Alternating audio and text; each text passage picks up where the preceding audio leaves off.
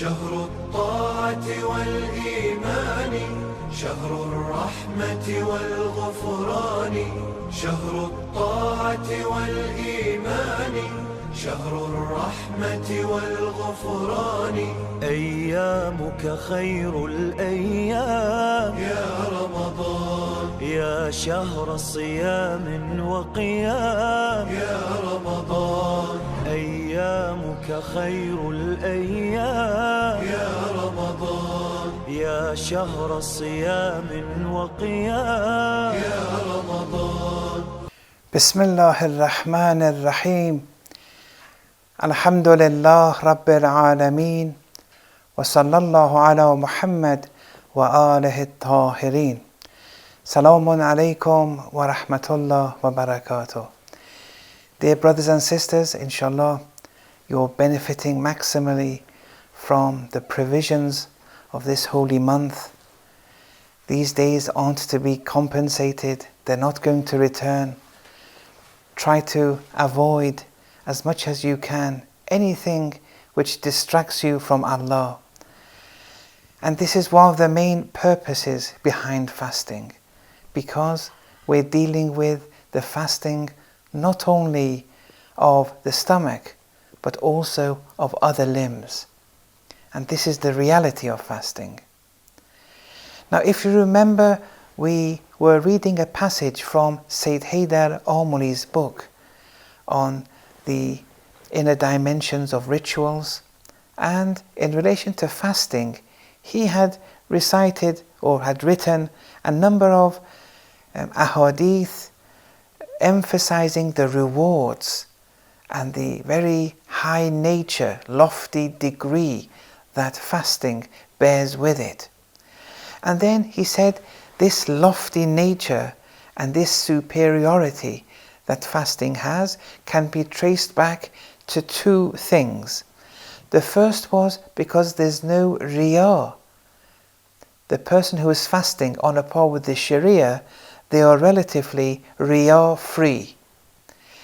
Now, the second point, that why all these blessings and favors of the month of Ramadan fasting actually bears, is traced to a second point also, and that is that fasting is a conquering force against the enemy of Allah subhanahu wa ta'ala, and that's the shaitan, Iblis, and the shayateen, the satans.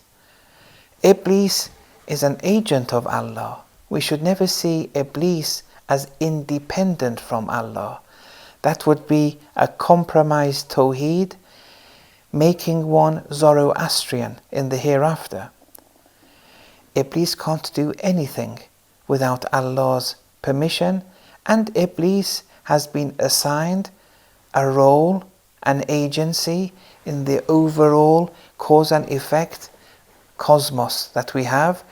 He has a role to play, and the role is those who forget Allah, Iblis will enter the equation and start his temptations. But you started it. You did something wrong, and now Iblis is merely abiding by his duty. Although this is not a discussion I wanted to open up here, and I won't, but Iblis is acting on a par with Allah's duty. Iblis did something wrong, very wrong, and he fell spiritually as a result of his sin. And he's going to pay for it. However, he asked something from Allah, and Allah granted him his wish. And then gave him this duty, that whenever people forget Allah, you then incite them. You then enter partnership with them. Tempt them to do wrong. That's cause and effect. And the enforcer of this cause and of the effect is Iblis and his army. In the same way that Jibreel, wherever there's knowledge manifested, Allah's knowledge manifests anywhere in the world, these are Jibraeli forces in play. Wherever there's deviation in the world, misguidance, these are Iblisi forces in play. But Allah is the possessor of knowledge, And Allah is the misguider. No one is misguiding outside the jurisdiction of Allah. But it works through a system of cause and effect.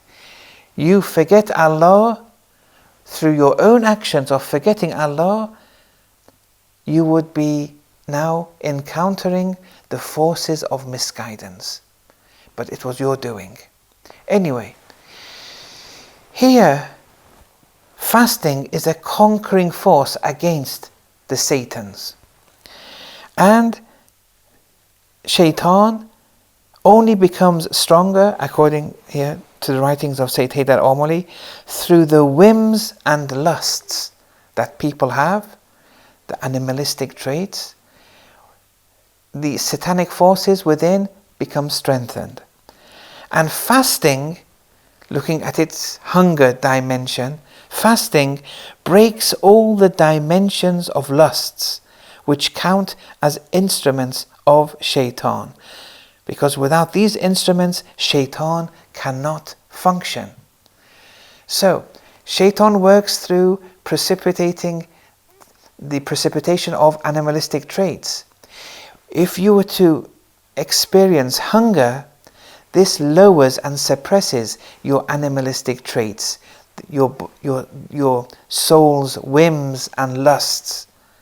And then Iblis cannot be sovereign over you. So here we see even this physical fasting has many benefits.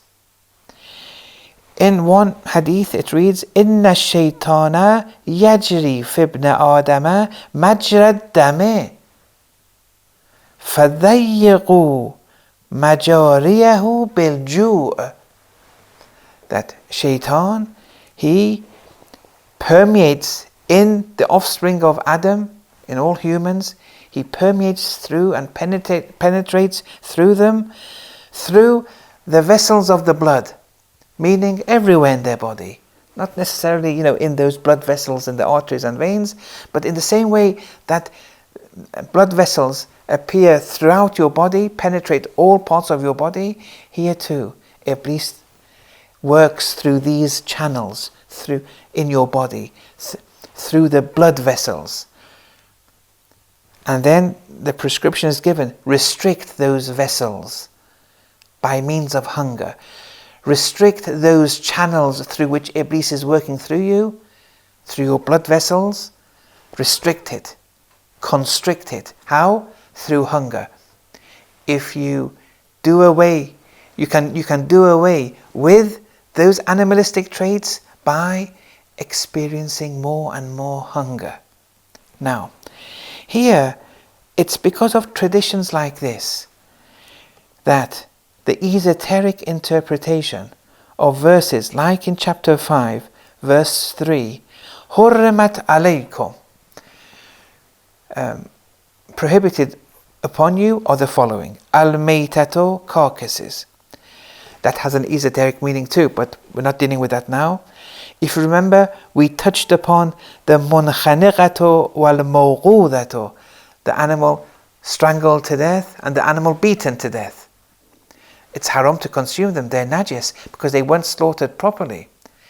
If you have a slaughtered animal here and an animal beaten to death here, they look the same, but one is najis, one is pure. That's why the esoteric dimension of the animal beaten to death or strangled to death was someone who strangles and beats their souls out of riyah. When people see them, it's just like a true mystic. But these people are essentially najis because they're doing it out of riyah. Whereas the true mystic isn't, because they're doing it for Allah and there's no riyah. Anyway, here, what dam prohibited upon you is blood. Here, okay, blood, the physical blood, many people used to drink it, it's now prohibited. But the esoteric dimension of that is prohibited upon you, is for you to be preoccupied with whims and lusts of the soul, animalistic traits. if you don't restrict yourself, if you don't constrict those esoteric blood vessels through which animalistic traits predominate over you, here you would be essentially and existentially najis, because you're predominated by animalistic traits. So when the verse says forbidden for you are, for example, blood, that's only the letter of the law speaking. But esoterically, it's forbidden for you to be predominated by animalistic traits. Now look, here, in the same verse at the end, towards the end, it reads, Al-yawma ya'isa alladhina kafaru min dinikum. Today, after you've forbidden yourselves successfully from the 6 or 7 things the verse mentions, or maybe more. But it's not only the physical thing, you have to prohibit the esoteric thing too. If you do that today, those disbelievers will despair from your religion. They will despair in being able to defeat your religion. When will they despair? Not if you only suffice with the letter of the law and not consume blood or carcasses. No. It's only when you succeed esoterically. And for example, you have no riyah, with the animal example we spoke about. And for example, you're not predominated by animalistic traits. Each of these animals, like the meat of pigs, for example, that upon which other than Allah is dedicated, all these have esoteric meanings. If you master all those, that will be the day when the enemies will despair defeating your religion.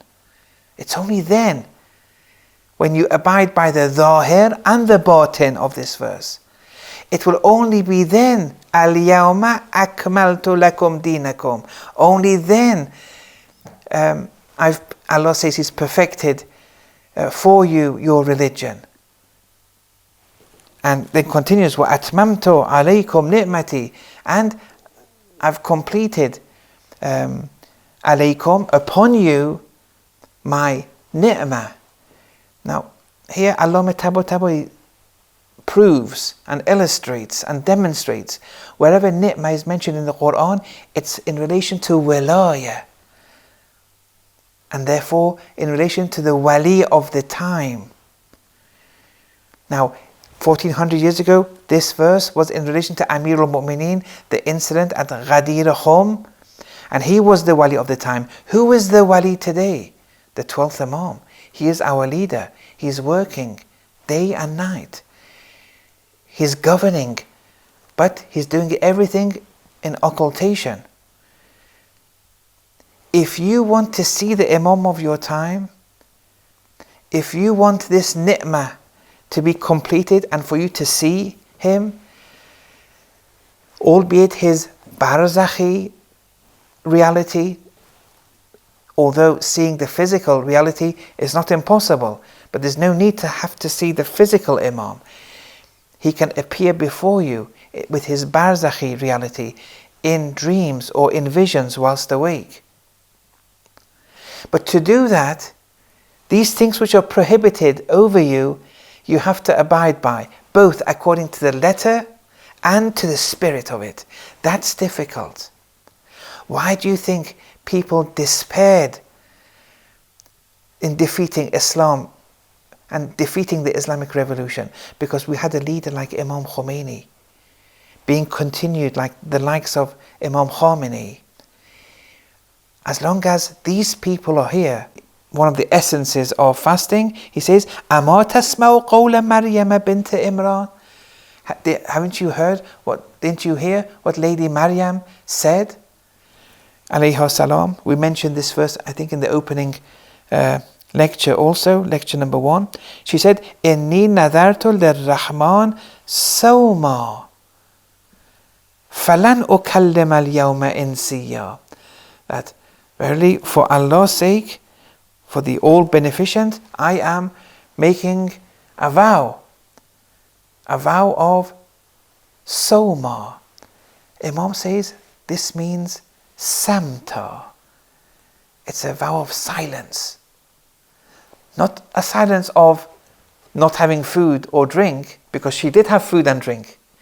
It was a silence of the limbs. How did this manifest? In this context, she wouldn't speak with anyone. Here it was the mouth, silence of the mouth, the limb of the mouth. This mouth has to be silenced. But the mouth is only one, the tongue is only one application. The fasting of the tongue, where the tongue is controlled, is only one manifestation. This applies to silencing all the limbs. And here Sayyid Haydar Amali then goes through different faculties of the body. One by one he goes through them and teaches us how to silence those limbs accordingly. The first one he touches upon is the silence of the tongue. And he mentions this verse in relation to Lady Maryam alayha salam. The silence of the tongue. Now, here in chapter 23, verse 3, وَالَّذِينَ هُمْ عَنِ اللَّغْوِ مُعْرِضُونَ, those who turn away. This verse is, and this chapter, the opening verses, are in relation to the believers. They turn away from ill speech, from vain, futile talk. Look, this is a sign of a believer, that they refrain from any talking which is deemed futile. Now, that talking may be haram, it may be a sin, like when you talk arrogantly, when you talk in a way that you hurt others, where you talk and backbite. These are all actions and functions of the tongue. You may commit slander and many other ills of the tongue. And here you have to turn away from them. This is step one of turning away. I think I mentioned that Ayatollah Abdul Karim Kashmiri had this prescription of silence. But this prescription of silence of the tongue given to him in a vision where he saw Lady Ma'sooma alayha salam say, I'm giving this prescription of silence to you. Now, his degree was so high that he won't suffice with controlling the tongue, silencing the tongue from haram, from forbidden talk. No, he goes much beyond that. Sometimes people may gossip or talk worldly talk, which has no benefit for one's hereafter. Here too, it may not be haram, okay, as long as there's no backbiting and other ills, but it's gossiping. At least it's unethical, or talking about worldly things, or posing in a way. These things too, someone who's been given the prescription of silence would avoid this kind of talk. It's not haram according to the Sharia, but it will limit their elevation in the hereafter, because they're contaminating themselves. And then there's a turning away from any halal talk, but it's not wajib. Any talk which isn't wajib, it may be okay to speak about it. There's nothing wrong with it, there's nothing unethical with it, and there's nothing un-Sharia-like about it. But it's not wajib to say.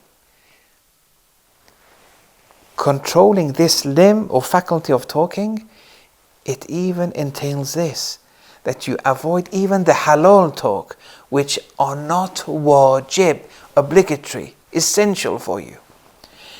Now, this covers a wide range of examples. I'll just give 2 or 3. For example, when a husband goes to the wife and says, "What do we have for dinner tonight?" Oh, look, that was unnecessary. Even if they don't groan, because if they groan, although I don't want to go into the traditions right now, but I've spoken about this before, that if they do groan, that will be compromising their tawheed in action. Why are they groaning? Everything is from Allah. But here, they say, "What do we have for dinner tonight?" That's it. This is halal talk. It's not unethical, but it's not wajib. Now, please don't start doing this from tomorrow, because it's unnatural. You have to grow slowly but surely. You have to have a strong tawheedi background. And a lot of tawheed has to be incorporated within you. The more it's incorporated, then you can rise the levels of turning away and controlling and silencing the talking faculty. But if you start from tomorrow, when you have no tawheed incorporated within you, you're playing. You're an actor. And actually that acting can act as a veil against you and make you complacent, self-conceited, and so on and so forth. And you'll be very arrogant, and there's no humility in you, because you really think you're someone by doing such an action. But it's a game, it's a play. You're acting. Or, for example, what are you doing in the weekend? You ask someone, "What are you doing in the weekend?" Well, that's not wajib. It's none of your business either. If you want to take them out or invite them, well, say, "I invite you to our house." That's a mustahab thing to do. It's a good deed, and you can speak that much. But don't bring introductory statements before you give your invitation, because it's not necessary. The soul shouldn't be preoccupied with unnecessary words coming out of your mouth. Leave the soul alone. Let it be free to itself in solitude. Don't over-occupy it. Don't give it too many duties. Don't speak. Unless it's wajib to speak. And saying dhikrullah, pontificating, doing things for the hereafter, speaking that much, that's okay. But anything which isn't wajib for your salvation, why speak about it? Okay? Or, for example, how is X person doing? Where is that taking you? Why are you asking about it? I mean, if you're asking so you want to provide relief or help for that person, that's another matter. It's mustahab. It's recommended. It may even be obligatory given the circumstances. But if it's only for the fun of it, and it has no gain, of no value in the hereafter, stop. There's no need. Okay, now here, in this regard of unnecessary talking and unnecessary preoccupying yourself with futile talk, Ayatollah Hasanzadeh Amuli has written in this regard, and I want to read a few pages from one of his books, which he enters this in some detail. He says, during the early hours of Sunday the 12th of Jamadil Awwal 1389 after Hijrah, which is the 27th of July 1969, after executing the nightly Nafila prayers and the obligatory and Nafila morning prayers, I was occupied in a 40-day spiritual mantra that entailed reciting the majestic expression Allah a specific number of times after the morning prayer. After the reciting, I sat in a state of tawajjuh, where I'm attentive, wholly attentive to Allah. And here's the first, here's the last, here's the out and in of all things. In such a state, disassociating from all at least worldly idols, I sat in a state of tawajjuh when all of a sudden an attraction and state encountered me, where the body shivered and led to a sound that was similar to, by way of example, the sound made when a tractor passes over large stones on an uneven road. I saw my spirit disassociating from the body and elevating within a body like that observed in the realm of sleep. So he's in a metaphysical realm now, in a heavenly realm, or in a metaphysical realm for now. It elevated to a certain extent. I then saw myself amidst a house whose girders, the framework, were all wooden and carpentered. Now, but this is a metaphysical reality. But you can tell from the context, it's a dimension of hell. A house, not a physical house, in a metaphysical house. It was wooden, not physical wood. Amidst the house whose girders were all wooden and carpentered. However, I was like a bird which is captivated in a house, flying from side to side, but not finding a way out. I was bothered in such a state for roughly quarter of an hour, rushing from left to right. I saw that I was imprisoned in the house and I wasn't able to flee from it. It was then that I heard a talk from a speaker, without actually seeing him, who said to me that your imprisonment is a result of excessive and futile talking. Why don't you observe your words? He wasn't saying haram talk, but Ayatollah Hasanzadeh, Amuli, Hafadahullah, on a par with his high spiritual level. Here, things which are normal for me and you may be futile for him.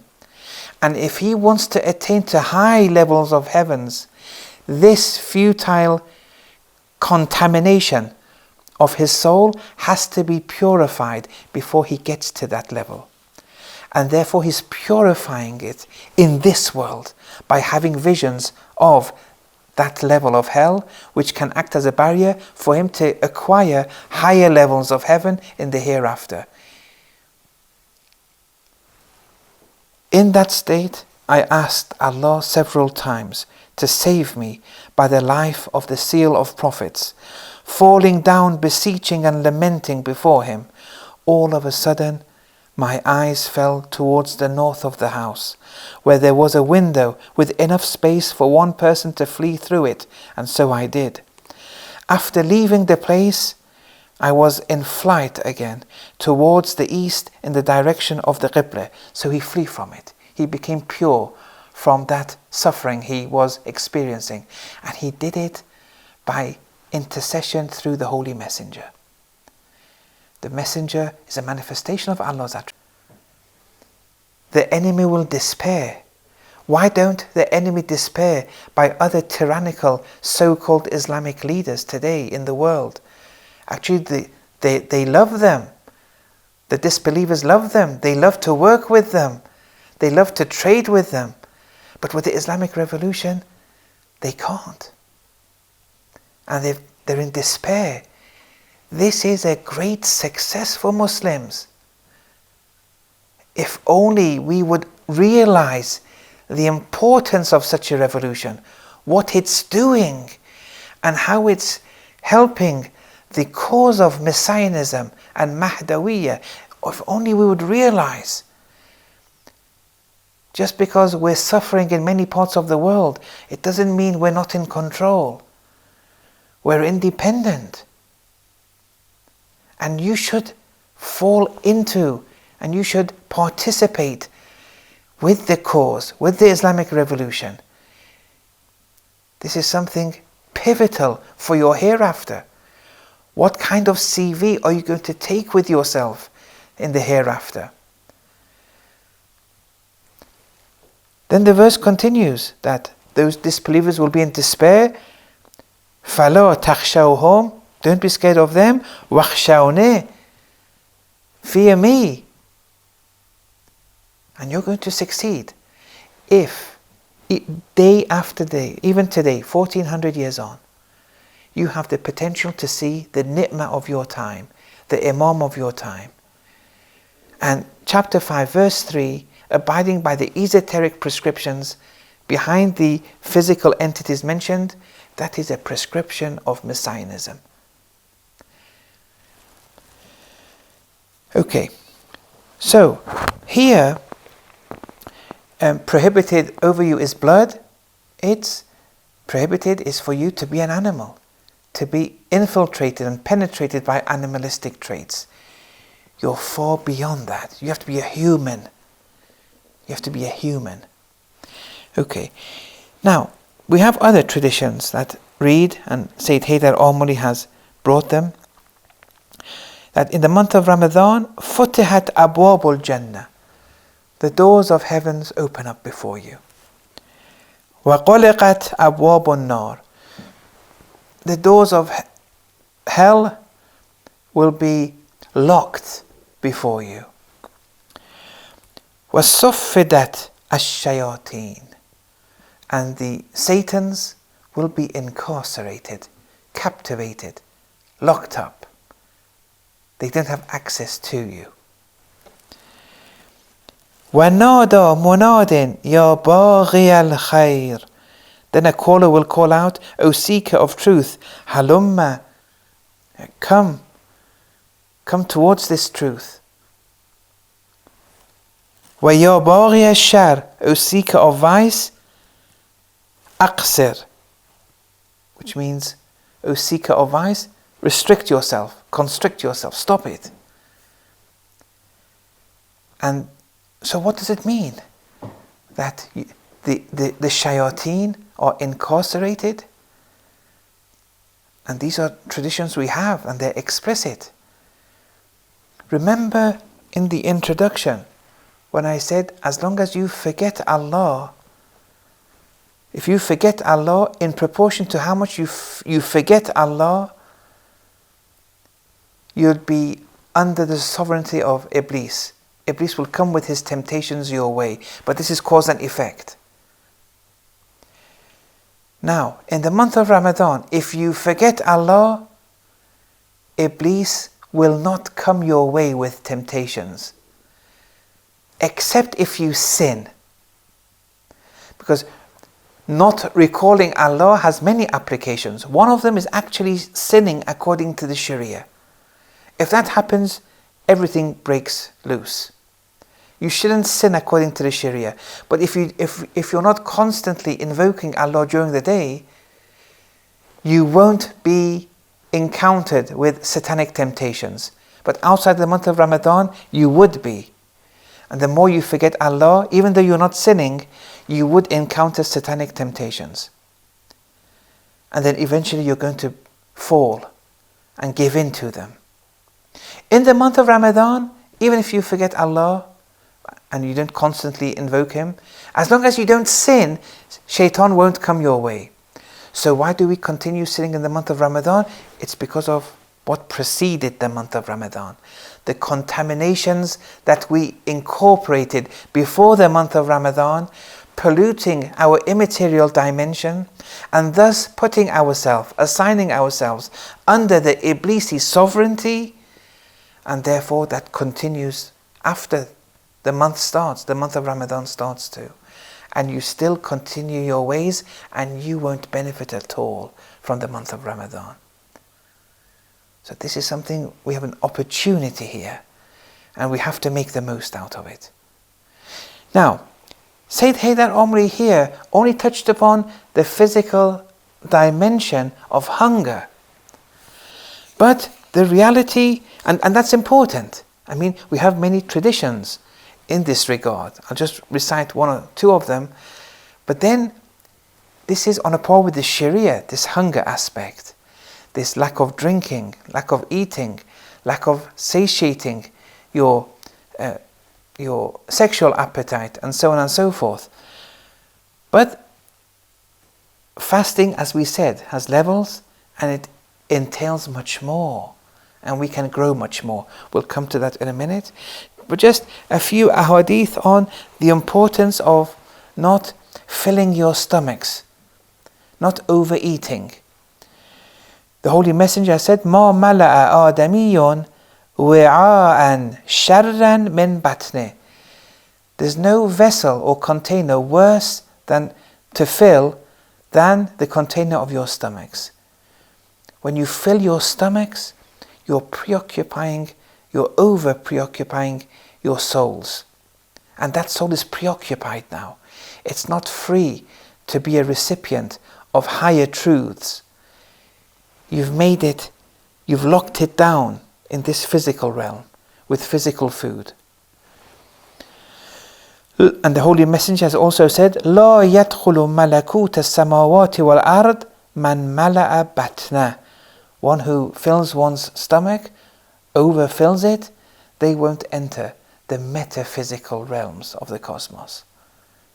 They won't be able to transcend. They're held back because of the food preoccupations and so on and so forth. Or another tradition from Amir al-Mu'mineen, ليس شيء أضر على قلب المؤمن من كثرة الأكل. That there's nothing more harmful to the believer's heart than overeating. And this overeating, وهي مورثة للشيئين. You'll inherit two things by overeating. قسوة القلب, your heart becomes stone hardened, you become stone hearted. وهيجان الشهوة, and your shahwa, your lusts and whims will be precipitated, aggravated. And there are many traditions in this regard. So this not having food and experiencing physical hunger does have benefits to it. And one can speak a lot about food and eating less, but I'll withdraw for now and we may come to it another time. Okay. However, as we said, there are many degrees to fasting. And in addition to refraining from physical food and drink, refraining from functions of the stomach or functions of only the stomach or genitalia or other specific limbs, we have to fast in relation to all our limbs. All the faculties of our bodies have to fast. And they have to do that in the month of Ramadan. But this having to do that, this obligation is an obligation assigned by the tariqah, the spirit of the law. If you don't, you'll be contaminated, but you won't burn for it. But if you get over-contaminated and it reaches a certain threshold by committing these tariqah sins, then you would make yourself susceptible to falling short, even in relation to the Sharia. And then that will make you commit sins of the Sharia, and that you will be punished for in the hereafter. Now here there's a hadith from Imam Sadiq alayhi salam that reads, إن الصيام ليس من الطعام والشراب وحده. This fasting, it isn't just in relation to refraining from eating and drinking only. That's not fasting. Rather, إنما للصوم شرط. Verily, for fasting, there's a prerequisite, there's a condition that يحتاج أن يحفظ حتى يتم الصوم, and that prerequisite has to be abided by until that Sawm becomes perfected. So that the fasting becomes perfected, this condition has to be or needs to be preserved. If this condition is not preserved, your fasting will not be complete, and therefore you've compromised with your fasting. And then when you compromise with your fasting, your fast may be on a par with the fasts of those before us in previous sharias. So now the question is, what is this condition that needs to be preserved so that our fast is a complete fast, a perfect fast? وَهُوَ, that condition is الصَّمْتُ الدَّاخِلِ, inner silence. Inner silence. What does inner silence mean? Because when you refrain from physical food, that physical food isn't part of you. When you avoid physical water or physical other things, they are things which are other than you. They're not part of you. But fasting, in addition to refraining from those physical things which are outside your body, now let's focus on our own body, our outer limbs and our inner limbs, but these are all in unity with us. These have to be silenced also. Look, these have to be silenced. In the same way that you silence yourself from physical food, you have to silence your limbs on a par with those limbs. Each limb silences itself, be it an outer limb, an outer faculty, or be it an inner limb or inner faculty. But each faculty has a mode of being silenced. It's only when you do this, now you're entering the valley of the true fasters. Now you're entering the spirit of fasting. Now you qualify as one who is perfecting their fast. You're growing here. Then the Imam gives a reference for this statement that inner silence is the attributes. He can forgive. You can intercede through him. After becoming free from and leaving the house, I perceived the house as extremely large and luxurious, situated amidst a garden that had no boundaries and was filled with a vast diversity of trees full of white blossoms, a scene I had never witnessed in my whole life. This is a heavenly scene. I saw myself flying in the air at an altitude of the height of those trees in a manner whereby my anterior aspect was facing the skies, whilst my posterior was facing earth. I would undergo peaks and troughs in accordance with my will, endeavour and command. I asked Almighty Allah by the right of the Holy Prophet and all prophets to unveil truths to me, and it was then that I returned to my normal state. Those few minutes of imprisonment had an extremely negative effect upon me, to such an extent that my physical body became tired and exhausted, as well as my head and shoulders being in severe pain and my heart pulsating heavily. Even though it wasn't a bodily journey, but when he came back in the normal consciousness, when he came back to his normal state, the body was taking its toll. Oh my dear, Ayatollah Hassanzadeh says, attach point number 320 of my book, 1001 Points, firmly onto your ears, and that is, one of the people of love with whom I was in friendship during muraqabah and self-scrutiny of the soul. Muraqabah is a spiritual tool in spiritual wayfaring. Had attained access to the prophetic tradition where the Prophet says, whoever sees me in their dreams has verily seen me. After all, the shaitan does not appear as me. Here, this means he had a vision of the Prophet. This disciple of love had a vision of the Prophet. And then this person asked His Eminence, the Holy Prophet, for a mantra. His Eminence replied, I give you the mantra of silence. Now, the more you elevate in your spirituality, this mantra of silence is on a par with your spiritual elevation. If you haven't elevated at all, start with silencing your tongue from the haram things and then grow more and more. But as you grow, if any futile talk comes your way, it's going to take a burden onto your soul. And that won't allow you to reach high levels in heaven unless you acquire the opportunity to purify yourself in this world through visions of hell, that barzakhi hell, so that on entering after physical death, that higher degree of heaven be granted to you.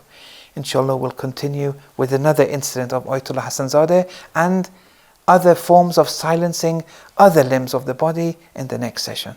Wa sallallahu ala Muhammad wa ala tahirin.